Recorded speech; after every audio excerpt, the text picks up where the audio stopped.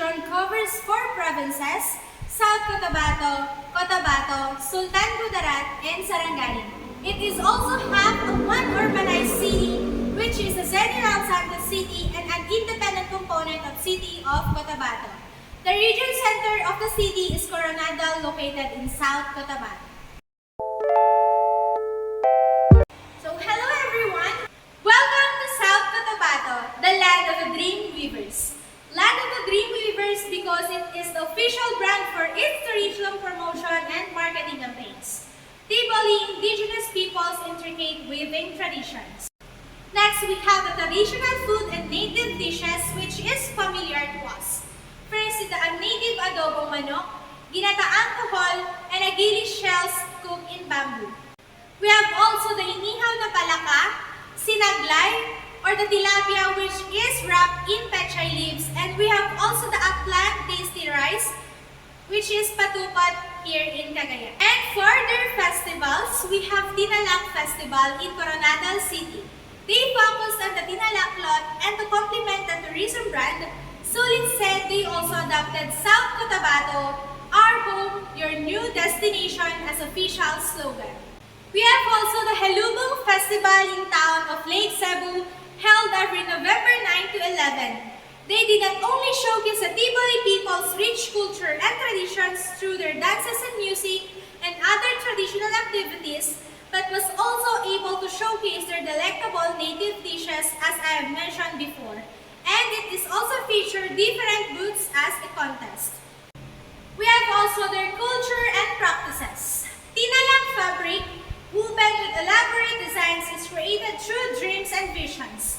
This practice has deep spiritual and cultural significance for the Tiboli community. And we have also Kapil or Pagan, people of Cotabato living in forested areas believe in one supreme ruling the cosmos. Next, we have their dialects, which is Hiligaynon or Cebuano, Tagalog, and English, and other languages spoken is Ilocano and Maguindanao. The indigenous tribes like the Tiboli and Bilaan, in addition, use their own tribal dialects. We have also their tourist destination. First, we have the Surala tribe people. It is one of the cultural South Cotabato tourist spots. It aims to celebrate the diversity of the province's major groups, which are the Christians, Muslims, and Tribal tribes.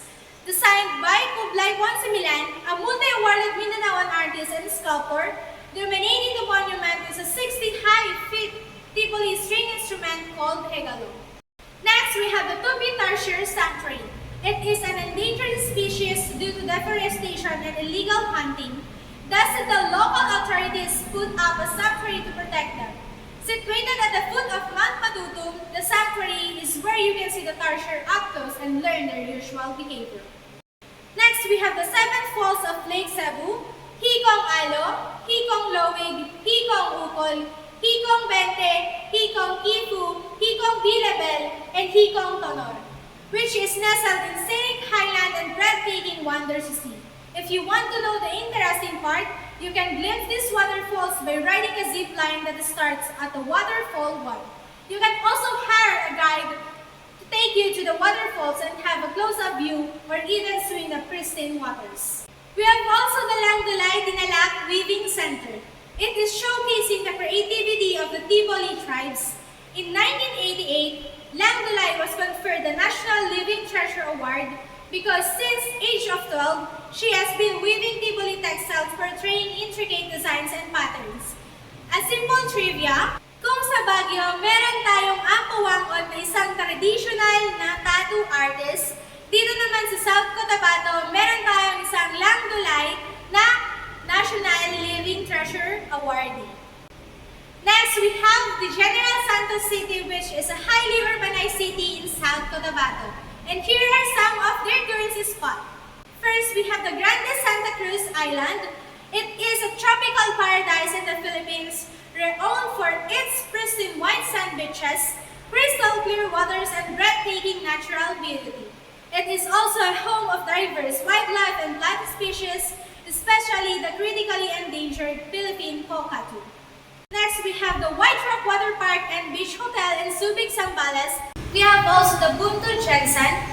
This breathtaking natural spot is situated on the shores of Sarangani Bay and is known for its pristine beaches, clear turquoise water, and lush greenery. Welcome in North Cotabato, the land of the highest mountain. Land of the highest mountain due to Mount Apo located in northern part of Cotabato. The country's highest peak which holds the significance of geographical and cultural importance. Here are some of the traditional food and native dishes in North Cotabato. First, the tinagtag, the brown rice mixed with sugar and fried until turned golden brown and crispy. Second, the pastil is cooked rice stuffed with special prepared chicken or fish, flakes with wrapped in banana leaf. It is one of the most known in Maguindanao delicacy. Second is the bolwang, a localized version of amao. Next, the Festival of North Cotabato. First, the Kalimbungan Festival. It is a culinary skill competition. It features the art exhibit, trade fair, tourism expo, exporting event, job fair, cook fest, and street dancing showdown. Next, the Timbubu Fruit Festival. Features its fruit gallery wherein the attendees are given a chance to eat all the fruit they can consume. Fruits such as durian, mangosteen, banana, rambutan, and lanzones are some of the fruits served.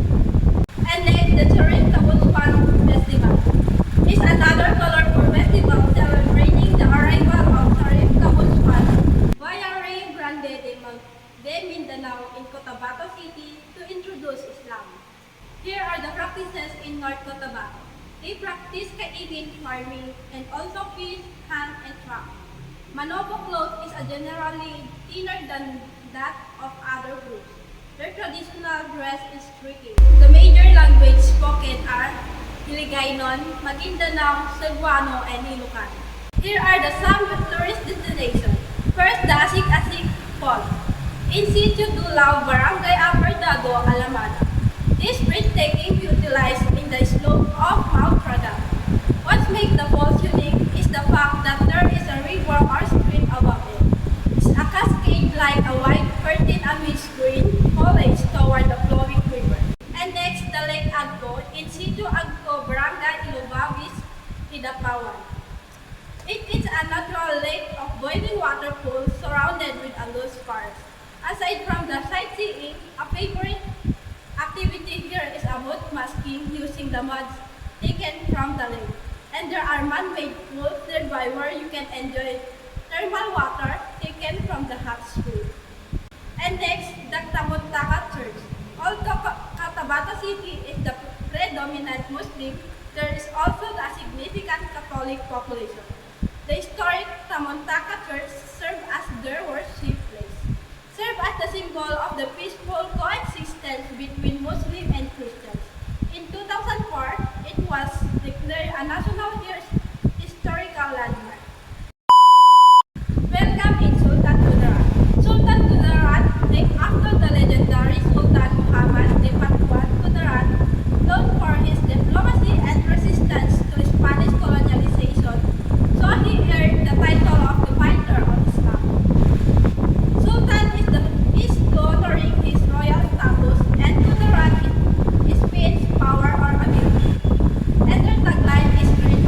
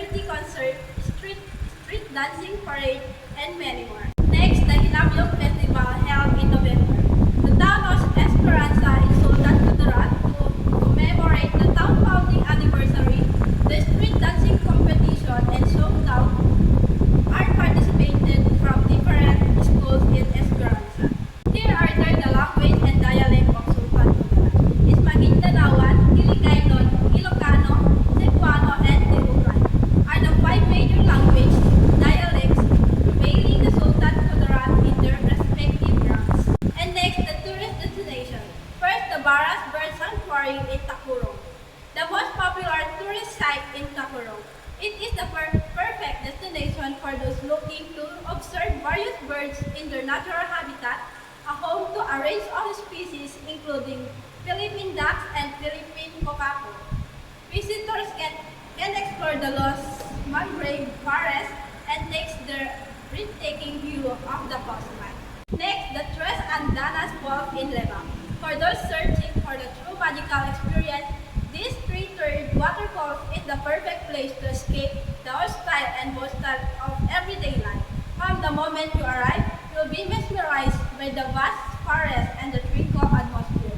Take a dip in the crystal clear water and feel the stress pass away. And next, the Balot Island or the Ballet Island in Calamansi, which is the breathtaking shoreline, sparkling waters, and lush greenery. Visitors can enjoy various activities from swimming and snorkeling to hiking and exploring. Home to a vibrant marine sanctuary, it is a magical place full of incredible wildlife from a turtle and clownfish to blue whales and dolphins.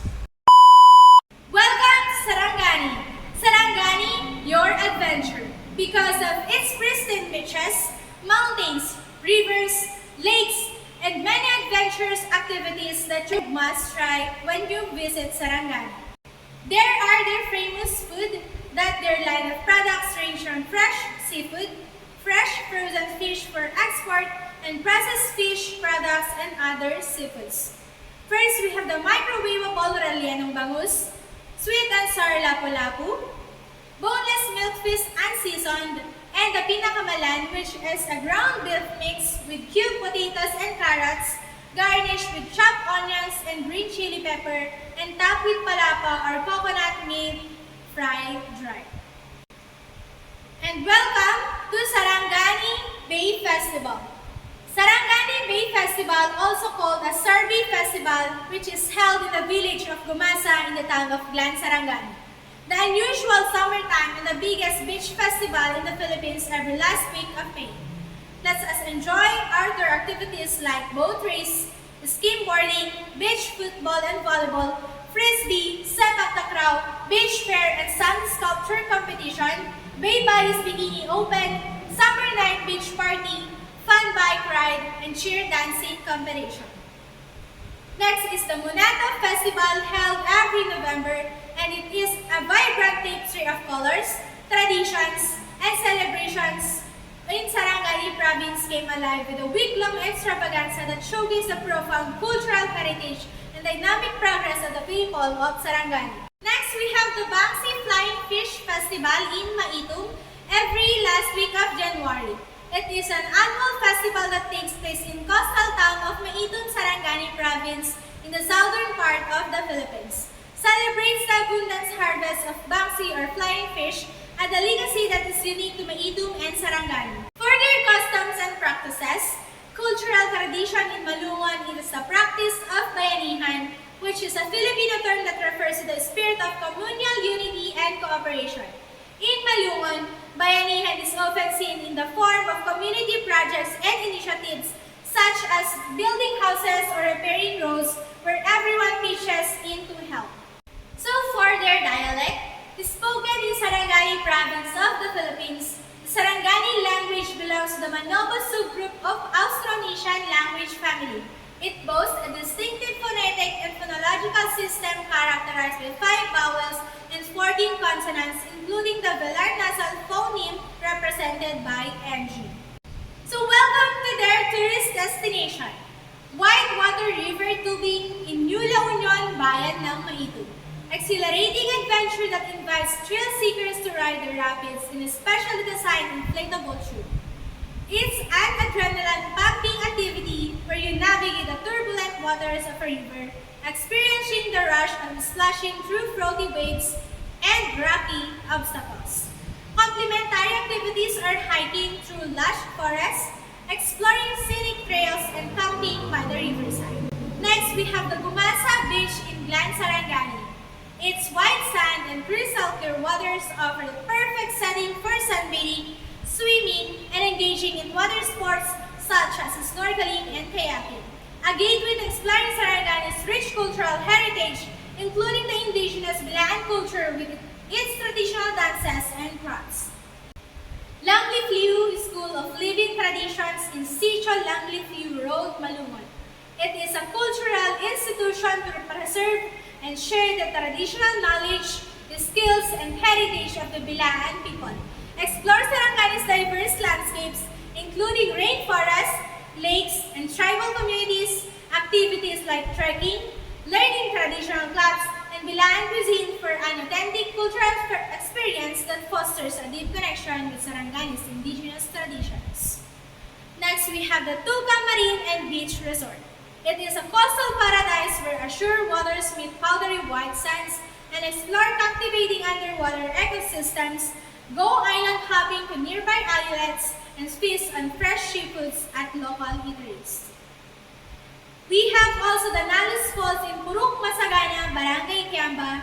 It is a hidden gem tap enchanting waterfall, a natural wonder with cascading waters plunging into a refreshing pool surrounded by pristine greenery.